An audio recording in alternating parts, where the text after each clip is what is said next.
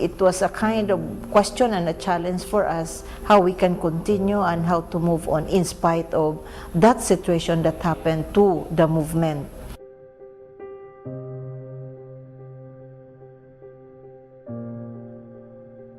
Since 1984, the Silsilah dialogue movement has given priority to Christian and Muslim dialogue, with a special attention to people at the peripheries of society and the poor. This commitment has grown hand in hand with the formation programs, the advocacies, the social services, and dialogue with creation to promote care for the earth.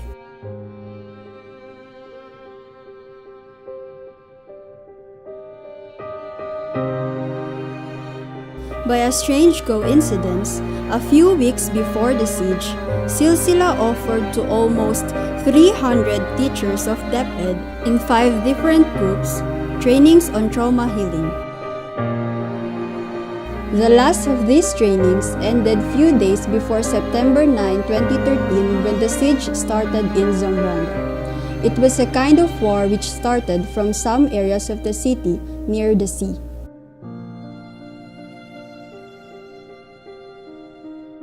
The Zamboanga siege was and remains for us a challenge to answer the needs of giving attention to the victims of that painful siege.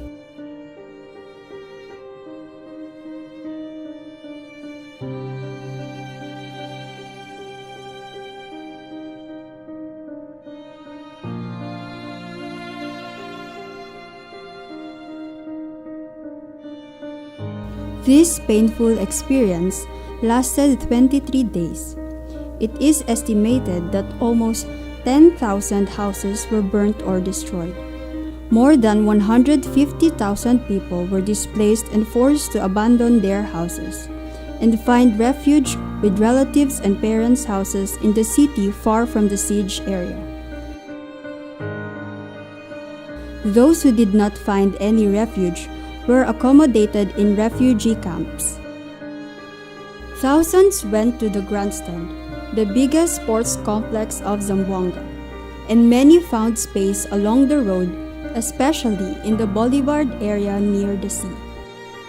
Silsilah has been in the front line in many ways, during the siege, after, and up to now.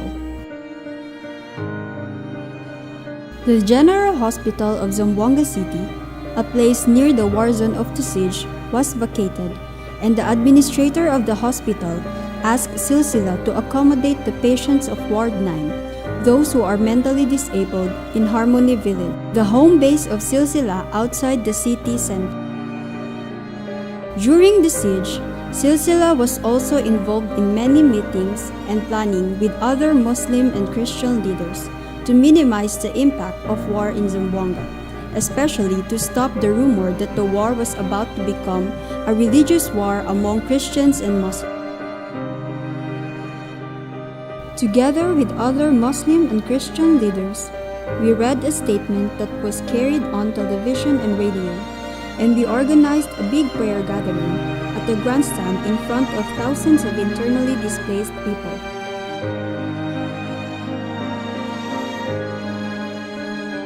That was a great occasion to share solidarity among Christian and Muslim leaders.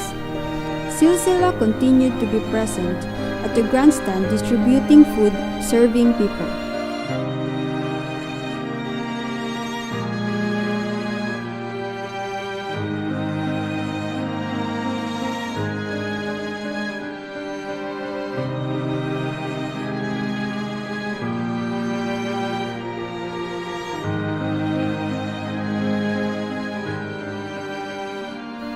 We also built a kindergarten school at the grandstand.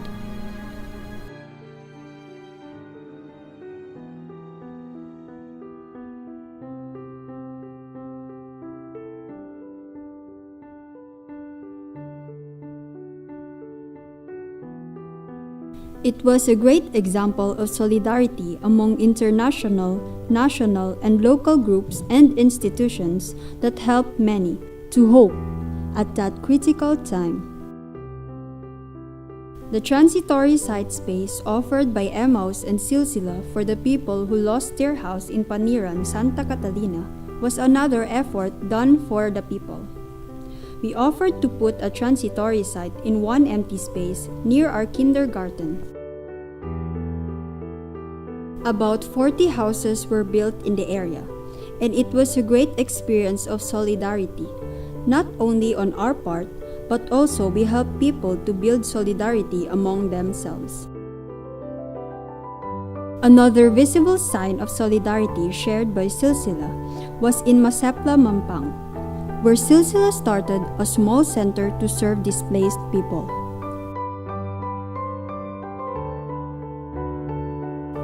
From that time on, up to now, 5 years from the siege, Silsilah has intensified its commitment to help the victims of the siege in many ways, including efforts to organize groups of Christians and Muslims in the area of Santa Catalina to claim their land from an owner who never recognized the rights of those people who have occupied a small land in Ground Zero before the siege.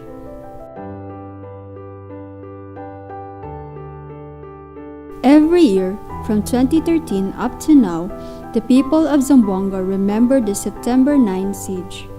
There is always an official gathering in front of the city hall with the city mayor, military, and different authorities of the city. This year, on the occasion of the 5th anniversary of the September to Remember, military and other authorities honored the victims of those who defended the city 5 years ago. On that occasion, the city mayor of Zamboanga, Honorable Maria Isabel Benclimaco Salazar, delivered her message. Queridos poblanos de diferentes representantes de diferentes mga fuerza y de seguridad que aquí esta tarde, Assalamualaikum kanukatan. As mayor of Zamboanga City, I have signed the affidavit of complaint and I will stand by it. Because as mayor of Zamboanga City, I am here to protect the best interests of the people of Zamboanga.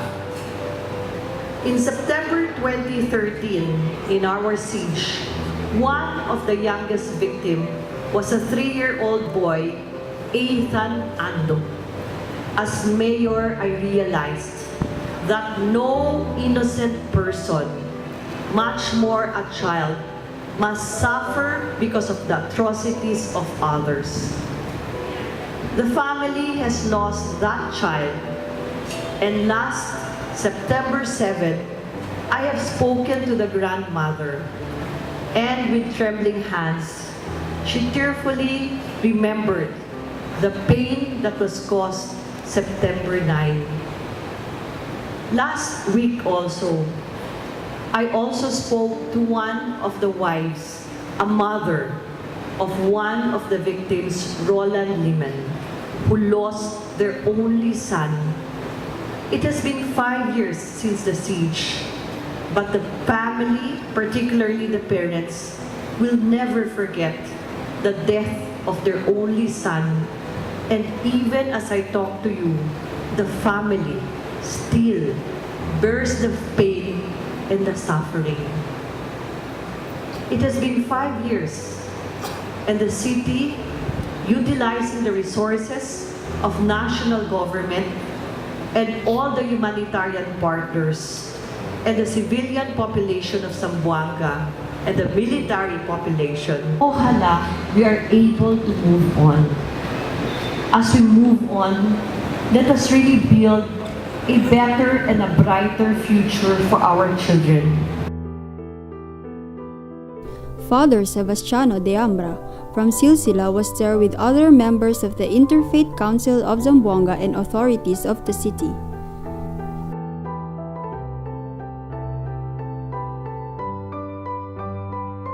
Some of them have been invited on stage to honor the children who were born on September 9, 5 years ago. These are the children of the siege. They have been honored as children of hope and peace. Happy birthday to you. Happy birthday to you. Happy birthday, happy birthday, happy birthday.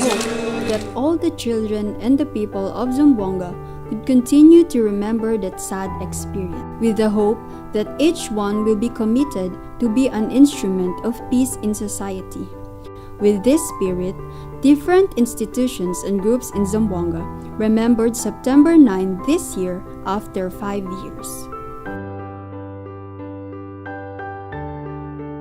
Silsilah, on that occasion, decided to go back to the area of the siege 5 years ago in the Padayon Center that is one of the parts of the ground zero of the siege. Outside, we can see a poster saying, "The September to Remember after 5 years," with the message, "Why violence? Why not peace? We are brothers and sisters." Entering the compound, we still find signs of that siege in the roof of the hall and also around the area. On the back of the Amos community that was heavily destroyed but repaired, it was a 2-story building, the House of the Amos Volunteer. It was completely destroyed, and we decided to use it as an exhibit with some pictures to remember what happened in that area and around that place starting from September 9, 2013 to more than 20 days.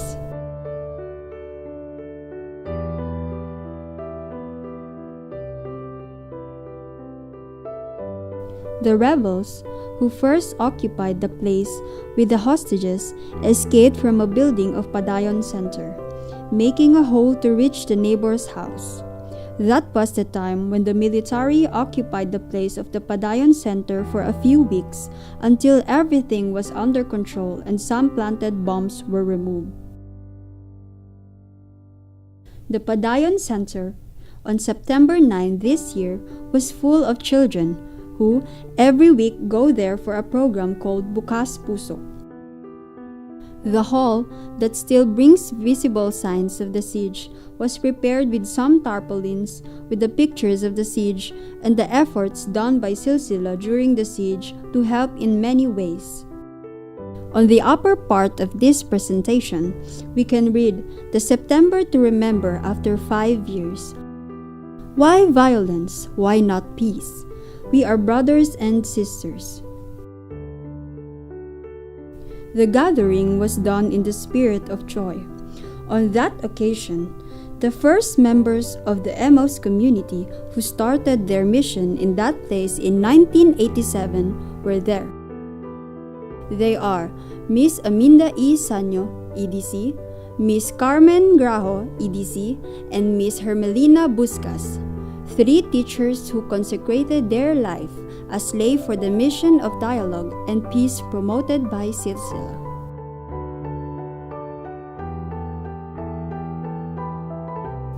Father Sebastiano de Ambra was also there with the children who call him Father Seb.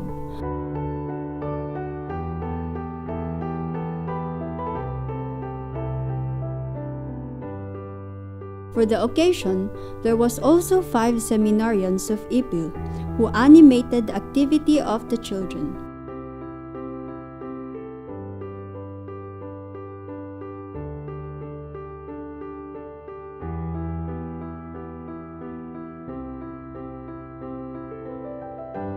The activity of Bukas Puso every week has always 3 basic components: formation, recreation, and food.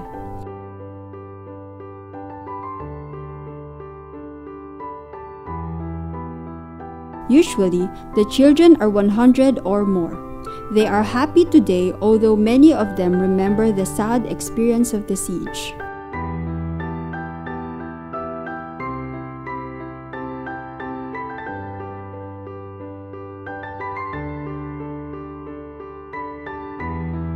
Now, the children are enjoying together.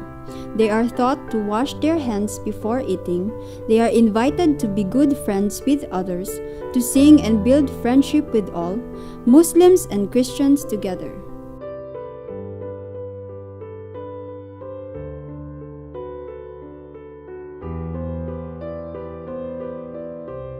In Padayon Center, there is also a kindergarten that was heavily destroyed during the siege but after was repaired to continue to teach the children.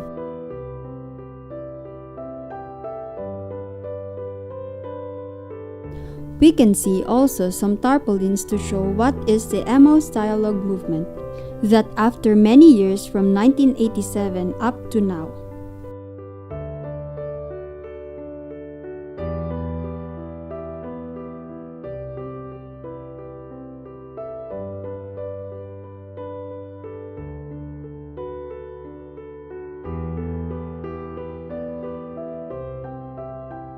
Emmaus now has many members. Among them are also priests, sisters, seminarians, married people, and others who want to follow the spirit of Emmaus Dialogue movement. The pictures of the tarpaulin recall some moments of the life of the first community. At the beginning, the Archbishop of Zamboanga, Francesco Raval Cruces, was there to bless the new beginning of the Emmaus Dialogue community, guided by Aminda Isanyo, the one who started the Emmaus Dialogue community. She consecrated her life as slave for the mission of dialogue and peace through Silsilah Dialogue movement. She is now also the president of Silsilah Dialogue movement. Now, she recalls the time when Emmaus started in that place in 1987, the time of the first fire of the area in 2010, and the experience of the siege. How the Emmaus Dialogue community started in Santa Catalina in 1987. We are composed of teachers, 3 of us, who are regular members of the Silsilah Dialogue movement. And we decided to live together as a community, and we chose the place, the Santa Catalina area. In Silsilah, practically, many are inspired to live the spirituality of life in dialogue as members of the movement. And for us Christians who were regular members of the movement, we decided to express this, how to promote and live the spirituality of life in dialogue of the Silsilah movement in community. So 3 of us consecrated our life for this mission for dialogue and peace in the area. It was a challenge for us to be there, to bring the presence of Silsilah in that setup where it is a mixture of Muslims and Christians together in a simple and poor community. When we started, that was the kind of setup. And so we were challenged to bring this spirit of dialogue and peace to the people around us, especially when there were some kind of animosities, prejudices even among families, and sometimes not friendly atmosphere that is being created among neighbors. So observing all these situations, we were so convinced that we can do something together as a community, and we can help build a new way of relating as Muslims and Christians, neighbors in that area. So that was in 1987 and onward, and being committed and dedicated with the Silsilah movement activities, programs, and etc., this is our common effort to be present and to spread the movement. We also face different problems, challenges as well. One of the problems that we encountered, of course, it was a challenge for us, especially in 1992 when Father Salvatore was killed in Zamboanga City. And then it was a kind of question and a challenge for us how we can continue and how to move on in spite of that situation that happened to the movement. And then we agree to continue to live as a community and then face the challenges and some different difficulties living in the area. So far, until now, we continue our presence in Santa Catalina. It was another incident, the fire that happened on April 10, 2010. It was another, for us, very sad experience where our house, main house, chapel, and then almost all the structures inside were razed to the ground. We left nothing there. However, it was a kind of a way to make us discouraged in the situation, but we said to ourselves that this is a mission and we have to start to rebuild back the structure that we need to facilitate, to promote the mission that we would like to share in the community. And after 3 years of rebuilding, trying to put pieces together in that area, September 9, 2013 happened, and it was the siege, and all of us knew what happened in Zamboanga City. But for us personally, that was another painful experience because our area, this area, especially the Padayon Center, was not exempted of that disaster. Our houses there, some structures were also burned, and this place was first occupied by the MNLF faction, and also we heard stories also that there were hostages who passed through our area at that time. And this time there are some of those hostage victims even who comes and would like to see the place again for healing purposes. So I may say that the destruction that happened in this area during the siege, for us, it may be so sad to remember and to recall again and again, but this place now is considered as another avenue where people who passed through that tragedy there, they look for this place just to get some kind of healing and some kind of understanding why they have that kind of fears. So going back and looking at the place again, they regain back their energy and their hope that they can continue to live their life and move on from whatever tragedy that happened to them. Then now the Padayon Center is going on well with the different activities, as we know, the Bukas Puso and many other formation that is going on in the area.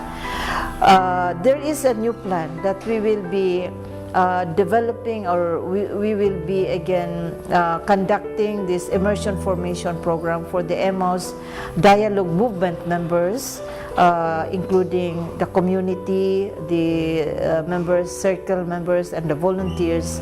They were composed of different peoples coming from different professions in life. So this is our plan now, that this will be like an immersion formation area. And then we hope that this place will become a sign of hope once again, a sign of friendship once again, where people can come and rebuild again that confidence, that trust and friendship that we have started long before in the Emmaus Dialogue community in Santa Catalina.